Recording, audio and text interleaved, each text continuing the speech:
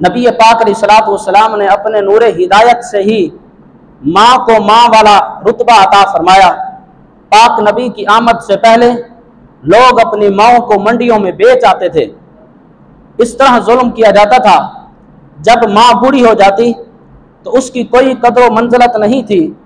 लेकिन अल्लाह के नबी जब दुनिया में तशरीफ़ लाए तो हुजूर अलैहिस्सलातु वस्सलाम ने फरमाया, लोगो अल जन्नह तहत अक़दाम उम्महातिकुम, अल्लाह ने तुम्हारी जन्नतें तुम्हारी माओं के कदमों के नीचे रखी हैं।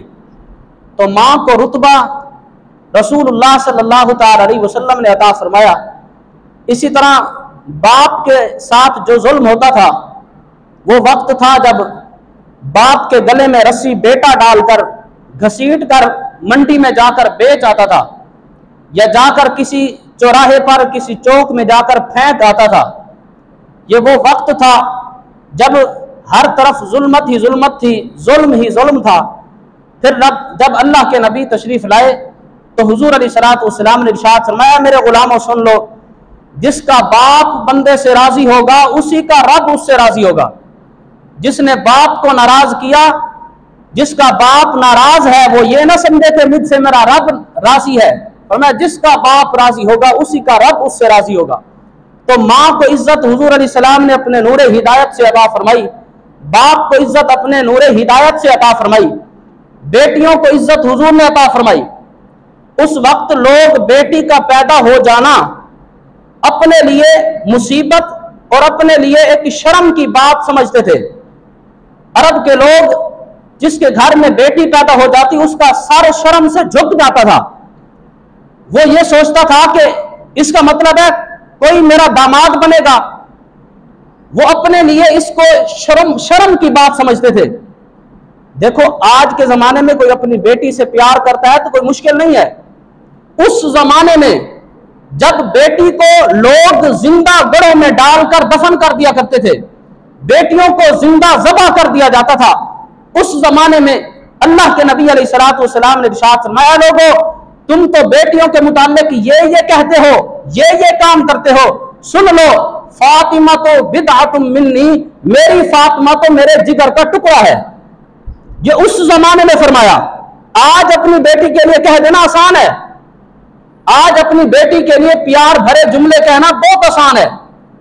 ये वो जुल्मत का दौर जब किसी की बेटी पैदा होती थी तो सालों साल तक किसी को बताता नहीं था, घर के कमरे के किसी कोने में छुपाए रखता था, या शर्म की वजह से जाकर जिंदा गड़े में फेंक आता। उस जमाने में हमारे नबी सल्लल्लाहु अलैहि वसल्लम ने बेटी को कितना बड़ा रुतबा अता फरमाया। फरमाया मेरी फातिमा तो मेरे जिगर का टुकड़ा है।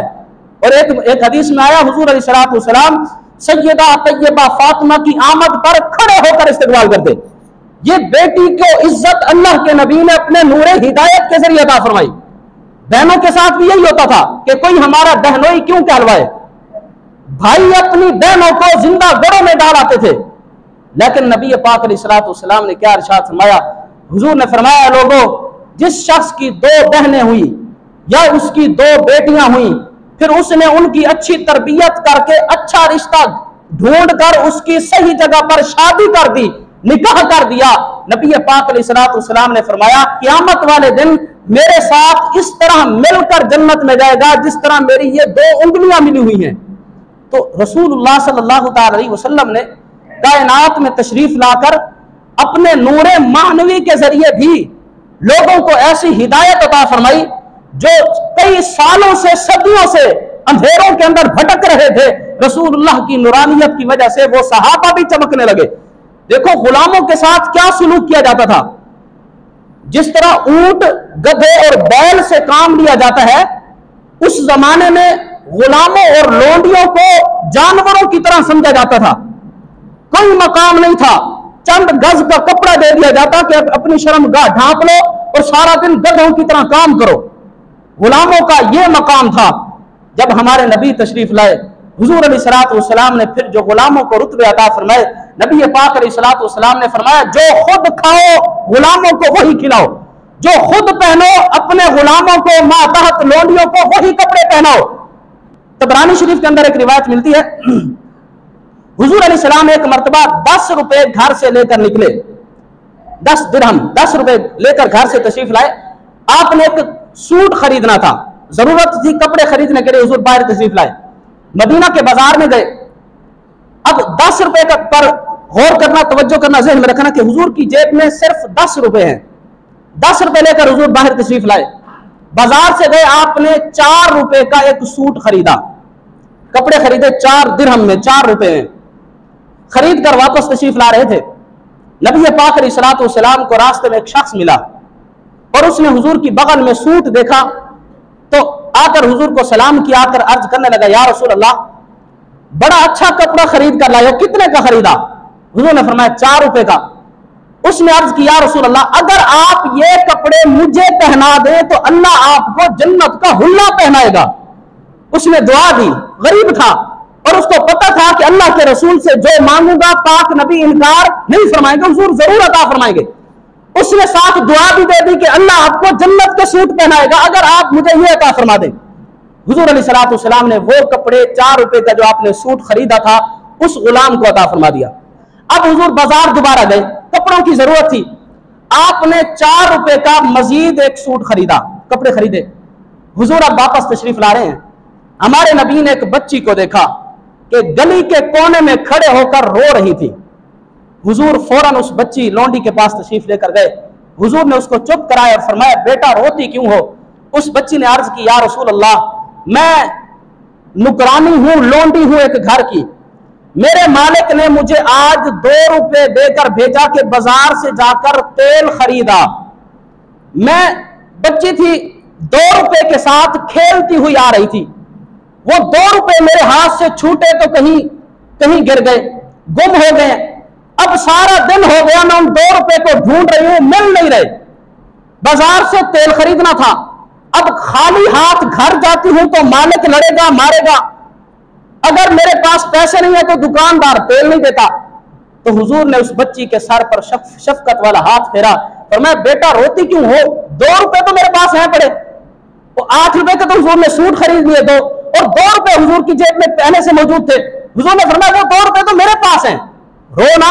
हुजूर ने 2 रुपए उसको अता फरमाए, फरमाया जा बाजार से तेल खरीद और अपने मालिक के लिए ले जा। उस बच्ची ने खुशी खुशी हुजूर से 2 रुपए वसूल किए और नबी पाक अलैहिस्सलातु वस्सलाम से जब पैसे वसूल किए फिर दोबारा रो पड़ी। हुजूर ने फरमाया, अब क्यों रोती है, अब क्यों रोती है? तेरा मसला तो हल हो गया, 2 रुपए मिल गए, बाजार से तेल खरीद घर ले जा। वो बच्ची लौंडी अर्ज करने लगी, या रसूल अल्लाह, 2 रुपए तो मिल गए हैं, लेकिन सुबह से घर से निकली थी, शाम होने वाली है, तेल खरीद कर तो जाऊंगी लेकिन देर से जाऊंगी, मेरा मालिक मुझे डांटेगा, मुझे मारेगा कि सारा दिन कहां रह गई है। अब मालिक की मार से डर लग रहा है। अल्लाह के नबी अलैहिस्सलातु वस्सलाम ने फरमाया, चल तेरे साथ मैं मोहम्मद खुद जाता हूं। फरमाया तेरे मालिक के पास, ये तबरानी शरीफ के अंदर पूरा वाकया मौजूद है। हुजूर ने फरमाया मैं तेरे साथ खुद चलता हूं। हुजूर ने उस बच्ची को साथ लिया, बाजार से तेल खरीदा, पाक नबी अलैहिस्सलातु वस्सलाम उसके साथ साथ उसके मालिक के घर में गए। अच्छा, जब हुजूर पहुंचे तो वो जो मालिक था उस बच्ची का, वो हुजूर अलैहिस्सलाम का गुलाम था, वो सहाबी रसूल का घर था। हुजूर जब उनके घर में पहुंचे, अच्छा एक रिवायत में आता है, सहाबा फरमाते हैं जब हुजूर गुजरते थे तो हमें काफी देर बाद भी पता चल जाता था यहां से अल्लाह के नबी का गुजर हुआ है। हुजूर के जिस्म की खुशबू इतनी फूटती थी, तो जहां हुजूर तशरीफ ले जाते बताने की जरूरत नहीं पड़ती थी, एक खास किस्म की खुशबू अल्लाह के नबी के मुबारक जिस्म से आया करती थी। जब हुजूर अलैहिस्सलातु वस्सलाम उस सहाबी उस गुलाम के घर के बाहर पहुंचे, हुजूर अलैहिस्सलातु वस्सलाम की मुबारक आदत थी कि 3 मरतबा दरवाजा खटखटाते। अच्छा, उन जमानों में दरवाजे नहीं होते थे, किसी किसी का दरवाजा होता था, वरना दरवाजे के बाहर कपड़ा लटका दिया करते थे। और दरवाजा खटखटाने का तरीका यह होता था कि दरवाजे के बाहर एक लकड़ी को गाड़ दिया जाता था, साथ एक पत्थर रख दिया जाता। जो बाहर से आता था वो पत्थर उठाकर लकड़ी पर मारता, घर वाले समझ जाते कि कोई आया हुआ है।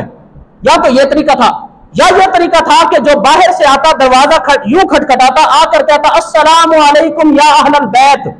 यह तरीका था दरवाजा खटखटाने का। अब हुजूर जब तशरीफ लाए, नबी पाक ने बाहर खड़े होकर फरमाया अस्सलामु अलैकुम या अहलल बैत। जब सलाम किया तो अंदर जो सहाबा मौजूद थे, हुजूर के गुलाम मौजूद थे, उनको पता चल गया कि फख्रुल अंबिया तशरीफ लाए, इमामुल अंबिया हमारे घर तशरीफ लाए। वो खामोश होकर बैठ गए, उन्होंने सलाम का जवाब न दिया।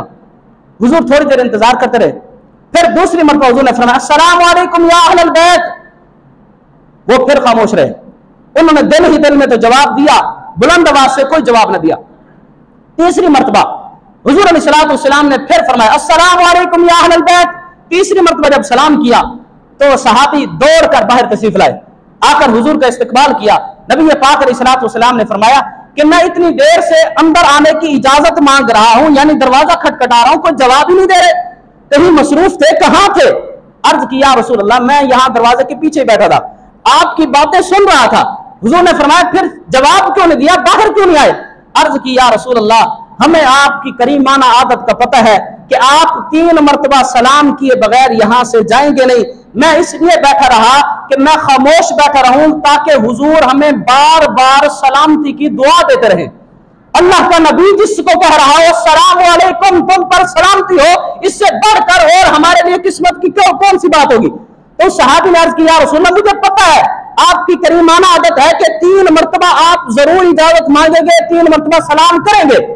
अच्छा, हुजूर अलैहिस्सलाम का इस्तकबाल किया, हुजूर अंदर तशरीफ लेकर गए तो उस सहाबी ने पूछा या रसूल अल्लाह कैसे आना हुआ? हुजूर पहली मरतबा उनके घर तशरीफ लेकर गए थे।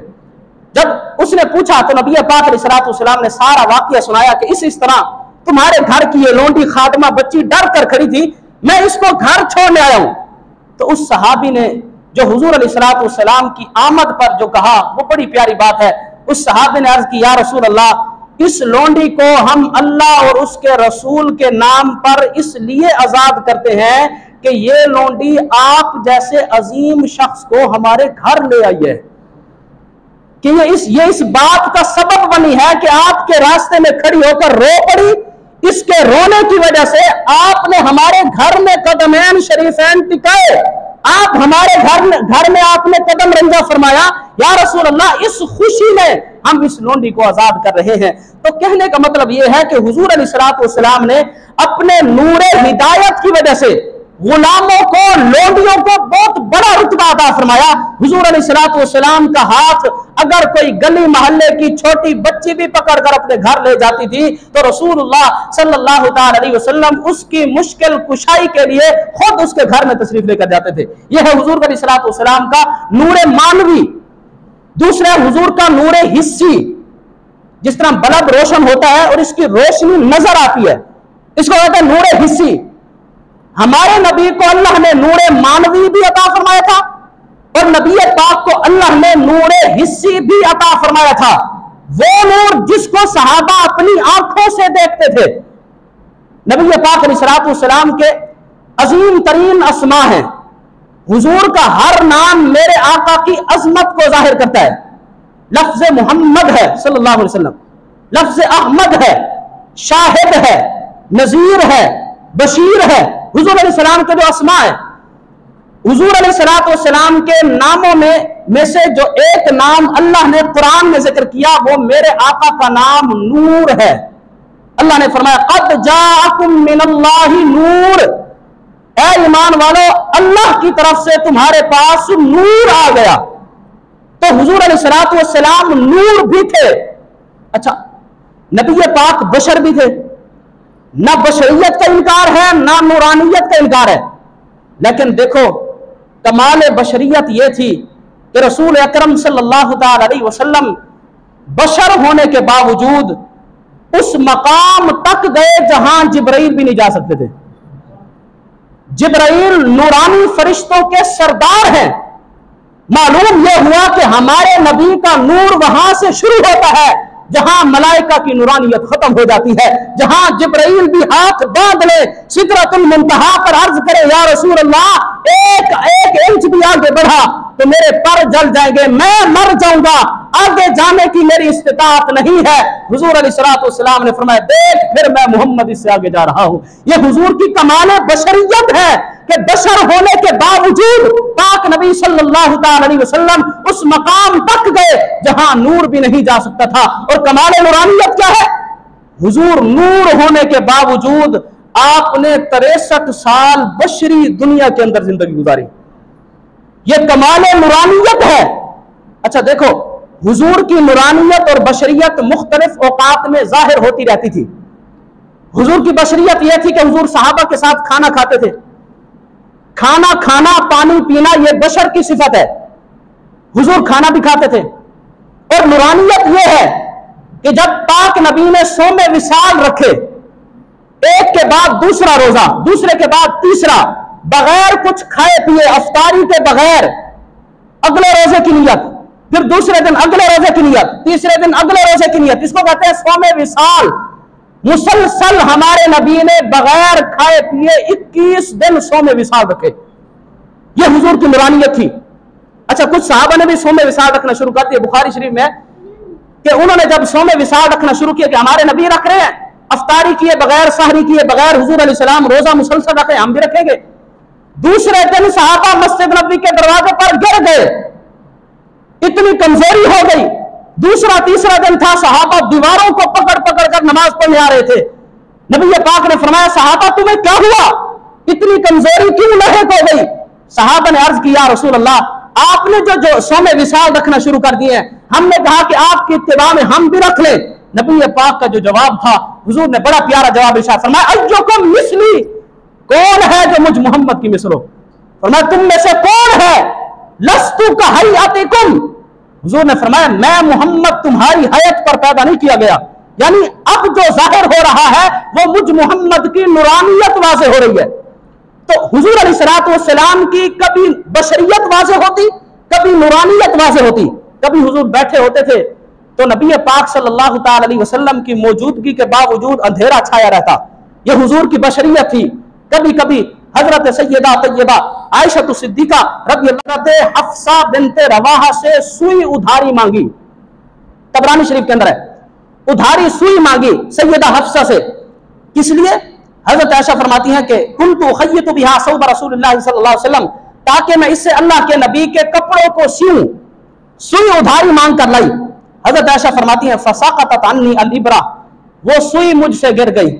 रात का वक्त था, अंदर कमरे में बैठकर अंधेरे में मैं हुजूर अलैहिस्सलातु वस्सलाम के मुबारक कपड़ों को सी रही थी।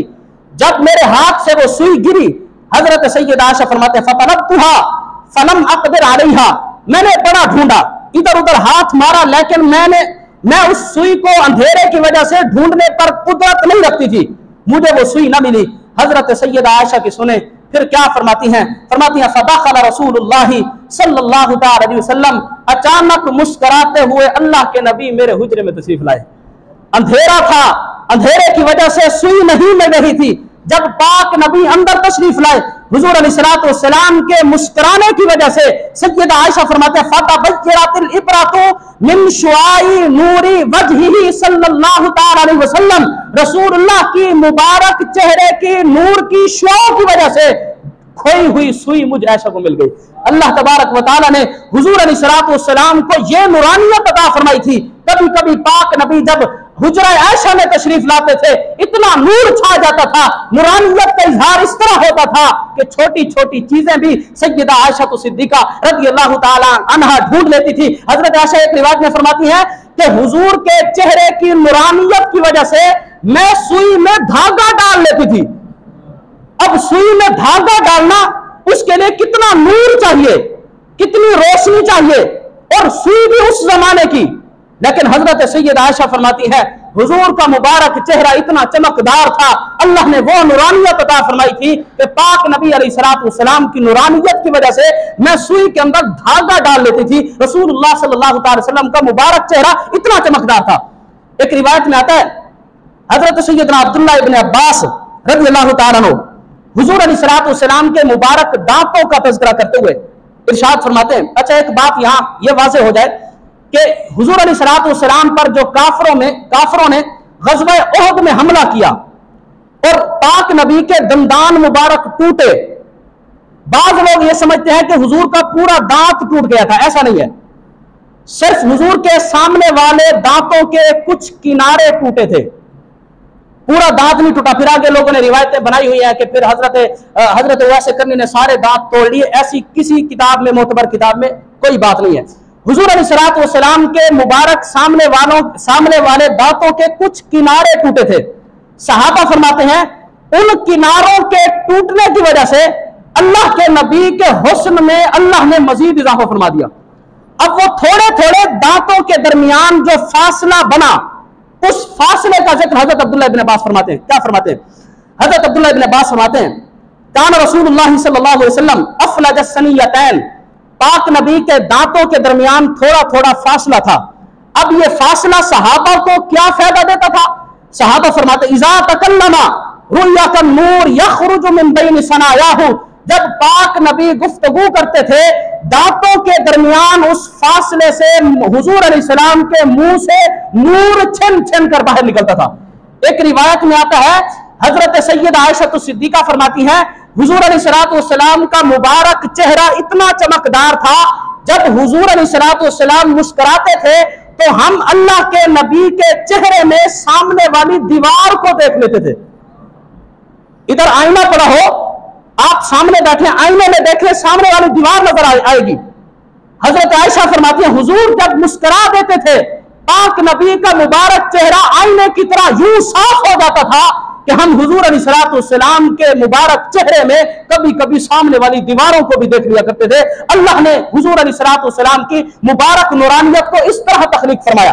अच्छा, आखिरी बात सुने, हजरत सैयदा आयशा सिद्दीका रज़ियल्लाहु ताला अन्हा इरशाद फरमाती हैं, एक मर्तबा मैं चरखा काट रही थी और अल्लाह के नबी अलैहिस्सलाम अपने नालैन मुबारक खुद सी रहे थे। ये हुजूर की शान है, इमामुल अंबिया होकर कभी कभी घर के काम खुद किया करते थे। इससे मोहब्बत पैदा होती है, मोहब्बत बढ़ती है, घर बसते हैं। आप भी कभी कभी घर वाली के साथ थोड़ा बहुत काम करवा लिया करो, हाथ नहीं घस जाएंगे, उसका दिल बड़ा हो जाएगा। तो हुजूर अलैहिस्सलाम घर के थोड़े थोड़े काम कभी खुद भी कर लिया करते थे। फरमाती है, मैं मसरूफ थी, चरखा काट रही थी, अल्लाह के नबी अपनी नालैन मुबारक को खुद सीने लगे। फिर क्या हुआ? सैयदा आयशा फरमाती हैं, फजाला जबीनुहु यारिकु वजाला इरकुहु यतवल्लदु नूरा, हुजूर अलैहिस्सलाम मसरूफ होकर काम कर रहे थे, आपकी मुबारक जबीन, आपकी पेशानी से कुछ पसीना जाहिर हुआ और वो पसीना इतना नूर वाला था। सैयदा आयशा सिद्दीका फरमाते हैं, फबुहित्तु, उस नूर की वजह से मुझ पर हैबत तारी हो गई, मैं अचानक डर गई कि इतना नूर, इतनी चमक। हजरत सैयदा आयशा सिद्दीका फरमाती हैं, जब हुजूर अलैहिस्सलाम ने मेरी तरफ देखा तो हुजूर ने पूछा, मालक या आयशा बुहित्ती, आयशा क्या हुआ, अचानक डर गई है, वजह क्या है? हजरत सैयदा आयशा ने अर्ज किया, रसूल अल्लाह, आपकी मुबारक जबीन, आपकी पेशानी पर जो पसीना जाहिर हुआ, उससे फिर जो नूर जाहिर हुआ, उस नूर को देखकर मुझ पर तो हैबत तारी हो गई। अच्छा, हजरत आयशा का अगला बड़ा प्यारा कौल है। एक शायर गुजरा था हुजूर के जमाने से पहले, अबू कबीर हुसनी, उसने हसीनों के हुस्न को अपने शेरों के अंदर बयान किया था। हजरत आयशा ने अर्ज किया, रसूल अल्लाह, लौ रआका अबू कबीर अल हुसनी, या रसूल अल्लाह, अगर आपकी जियारत वो शायर अबू कबीर कर लेता, फिर वो कहता कि मेरे सारे शेरों का मिसदाक अल्लाह के नबी है। मैंने हुस्न पर जितने भी शेर लिखे हैं, सब के सब शेर रसूलुल्लाह पर फिट आते हैं।